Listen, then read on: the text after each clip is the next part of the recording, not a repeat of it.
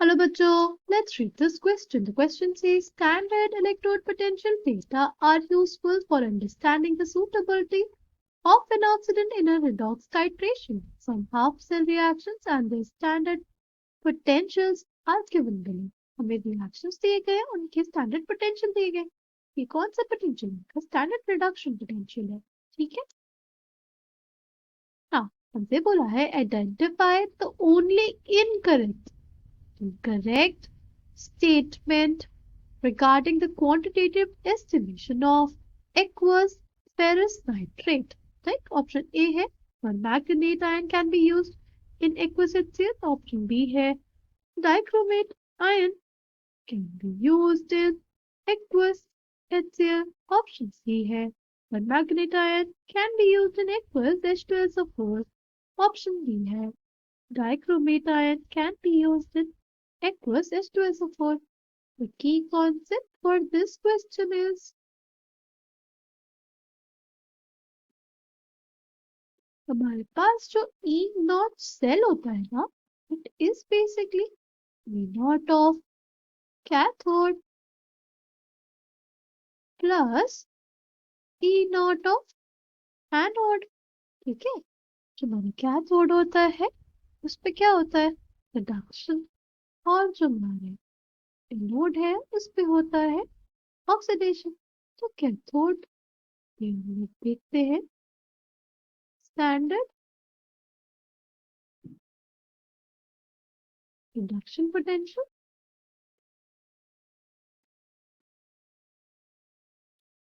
और एनोड का यहाँ पे है standard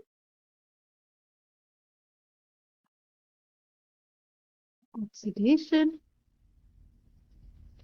potential.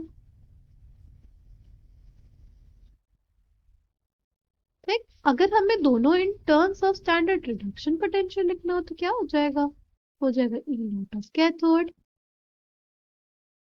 Minus E naught of anode. अब ये दोनों ही किसके टर्म्स में स्टैंडर्ड रिडक्शन पोटेंशियल के टर्म्स में है. ठीक है, किसके टर्म्स में स्टैंडर्ड रिडक्शन पोटेंशियल के टर्म्स में. ठीक है, हम ऐसा इसलिए लिख पाते हैं क्योंकि जो standard reduction potential and standard oxidation potential होते हैं वो एक दूसरे के क्या होते हैं एडिटिव इनवर्स. ठीक है, जैसे 2 है उसका एडिटिव इनवर्स क्या हो जाएगा हमारे पास -2. वैसे ही जो स्टैंडर्ड रिडक्शन पोटेंशियल की सपोज वैल्यू क्या है 0.2 वोल्ट है, हमारे स्टैंडर्ड ऑक्सीडेशन पोटेंशियल की क्या वैल्यू हो जाएगी, की वैल्यू क्या हो जाएगी -0.2 वोल्ट. यानी जो ई नॉट ऑक्सीडेशन होता है वो बराबर होता है minus E naught of reduction. Okay, now अगर हम लोग बात करते हैं ये रिएक्शन की तो हमारे पास पहला ऑप्शन है permanganate ion can be used in aqueous HCl. Permanganate ion के लिए अगर हम लोग देखें ई नॉट को हमारे पास क्या दिया हुआ है 1.51 वोल्ट, और जो क्लोरीन के लिए दिया हुआ है स्टैंडर्ड रिडक्शन पोटेंशियल वो है 1.40 वोल्ट. राइट, तो अगर हम लोग देखें ई नॉट सेल क्या आ जाएगा, देखो स्टैंडर्ड रिडक्शन पोटेंशियल किसका ज्यादा हमारे MnO4 माइनस का ज्यादा, इस वजह से उसका रिडक्शन होगा यानी वो कैथोड पे होगा और एनोड पे होगा हमारा क्लोरीन. तो माइनस 1.404 क्योंकि इसका भी क्या था हमारे पास रिडक्शन पोटेंशियल था, और वो किस पे रहेगा हमारे पास एनोड पे रहेगा. ठीक है, ये हमारा कैथोड पे रहेगा, यहाँ जाएगा 0.11. ठीक है, 0.11 वोल्ट, यानी ये रिएक्शन पॉसिबल हो सकती है. और अगर हम लोग standard reduction potential of manganese and standard reduction potential of iron की बात करें, आयरन का जो स्टैंडर्ड रिडक्शन पोटेंशियल है वो है हमारे पास 0.77 वोल्ट। ठीक है, इस केस में जो हमारा ई नॉट सेल आएगा वो आ जाएगा 1.1 volt minus 0.77 volt, which gives us 0.74 volt. ठीक है, कितना है हमारे पास 0.74 वोल्ट। यानी ये दोनों रिएक्शंस पॉसिबल है। अगर हम लोग ने HCl में MnO4 माइनस यूज किया फेरस नाइट्रेट के एस्टिमेशन के लिए, तो हमारे पास जो क्लोराइड आयन है उसका भी ऑक्सीडेशन हो जाएगा अलॉन्ग विद Fe2+, राइट, वो एक डिस्टर्बेंस क्रिएट करेगा। ठीक, अगर हम लोग देखते हैं डाइक्रोमेट आयन को विद क्लोराइड, डाइक्रोमेट आयन के लिए जो ई नॉट है हमारे पास वो है 1.38 वोल्ट, और क्लोराइड के लिए हमारे पास है, क्लोरीन के लिए 1.40 वोल्ट। तो जो हमारे पास ई नॉट सेल आएगा वो क्या हो जाएगा 1.38 माइनस 1.40 वोल्ट, यानी 0.02 वोल्ट। फिर हमारे पास ई नॉट सेल नेगेटिव आया, इस वजह से ये जो रिएक्शन होगी वो हमारे पास पॉसिबल नहीं होगी। ठीक है, जो हमारा डाइक्रोमेट आयन है वो हमारे क्लोराइड आयन से इफेक्ट नहीं होगा, वो उसका ऑक्सीडेशन नहीं करेगा। ठीक, तो ये इंटरफेरेंस नहीं देखने को मिलेगी डाइक्रोमेट आयन की प्रेजेंस।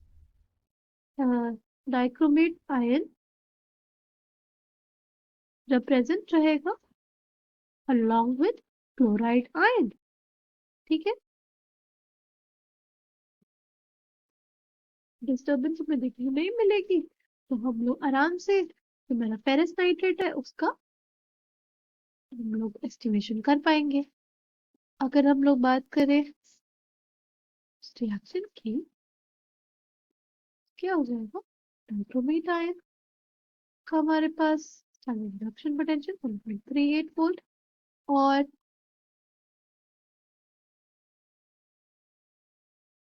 +2 वो हमारे पास है 0.77 वोल्ट। ई नॉट सेल की जो भी वैल्यू आएगी हमारे पास ये आ जाएगी पॉजिटिव वैल्यू, राइट। कैसी वैल्यू आएगी हमारे पास, ये एक पॉजिटिव वैल्यू आएगी। ठीक है, हमारे पास एक पॉजिटिव वैल्यू है, यानी ये रिएक्शन पॉसिबल है। तो हमारे पास जो क्लोराइड आयन है वो अगर डाइक्रोमेट आयन के प्रेजेंस में रहेगा तो हमारे फेरस नाइट्रेट के एस्टिमेशन में कोई इंटरफेरेंस नहीं देगा। बट अगर वो परमैंगनेट आयन के प्रेजेंस में रहेगा तो परमैंगनेट आयन हमारे क्लोराइड को भी ऑक्सीडाइज करेगा और हमारे आयरन को भी ऑक्सीडाइज करेगा। ठीक है, यहाँ पे क्या है कि इंटरफेरेंस क्रिएट होगी। ठीक ना, अगर बात करें हमारे पास बाकी दो जो ऑप्शन है, हमारे पास एक्वस H2SO4 में permanganate ion and dichromate ion, तो ये दोनों रिएक्शंस भी हमारे पास पॉसिबल होती है, हो जाती है, बिकॉज जैसे इसमें जो सल्फर है ना वो अपनी हाईएस्ट पॉसिबल ऑक्सीडेशन स्टेट पे है, यानी +6 पे। तो जो सल्फर है वो फर्दर ऑक्सीडाइज नहीं हो सकता, राइट, तो हमारे पास सल्फर है इसमें वो फर्दर ऑक्सीडाइज नहीं हो सकता। इस वजह से हमारे पास ऑप्शन सी और ऑप्शन डी भी हमारे पास कोई इंटरफेरेंस नहीं देखने को मिलेगी इन quantitative estimation of aqueous ferrous nitrate. ठीक, तो बी सी डी जो ऑप्शन है उसमें हम आराम से क्वांटिटेटिव एस्टिमेशन कर सकते हैं फेरस नाइट्रेट का, बट ऑप्शन ए जो है उसके ऊपर मैग्नेट आयन जो है वो ऑक्सीडाइज कर देगा क्लोराइड आयन को along with oxidation of Fe2+, इस वजह से इंटरफेरेंस होगी, इस वजह से ये जो ऑप्शन ए है हमारा वही इनकरेक्ट स्टेटमेंट हो जाएगा इस क्वेश्चन के लिए। आई होप आपको ये बात समझ में आई होगी। Thank you and all the best.